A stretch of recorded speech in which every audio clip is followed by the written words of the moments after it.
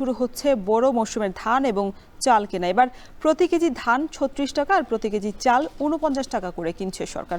এ বিষয়ে বিস্তারিত জানাতে হিলি সরকারি খাদ্য গুদাম থেকে যুক্ত হচ্ছেন সহকর্মী সোহেল রানা। রানা, হিলি থেকে সরকারিভাবে কি পরিমাণ ধান চাল কেনা হবে আর যেই দাম সরকারের তরফ থেকে দেওয়া হচ্ছে সে বিষয়ে কৃষকরা কি বলছেন?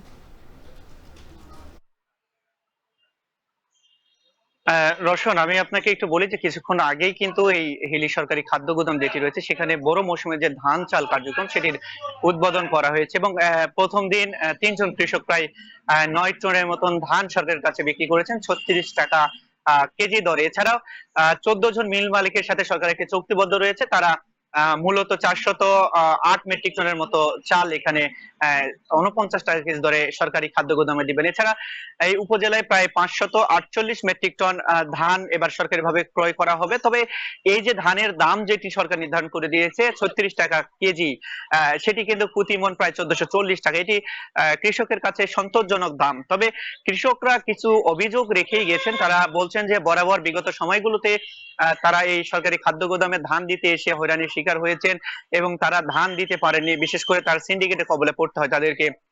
অন্য কারো কাছে তাদের যে কৃষক কার্ড রয়েছে সেটি বিক্রি করতে হবে এবং সেই সিন্ডিকেট সেটি কিনে নিয়ে পরে কিন্তু খাদ্য গুদামে বা সরকারি যে খাদ্য গুদাম রয়েছে সেখানে কিন্তু এই সিন্ডিকেটের যারা রয়েছে আসলে তারা ধানগুলো বিক্রি করে থাকে। এতে করে কৃষক যে ন্যায্য দাম সেটি পান না এবং কৃষক যখন এখানে আসেন, কৃষক যেটা অভিযোগ করছেন সেই অভিযোগগুলো বরাবরই থাকে। তো সব মিলিয়ে বলা চলে রওশন, ধান চালের যে সংগ্রহ কার্যক্রম সেটি চলমান থাকবে।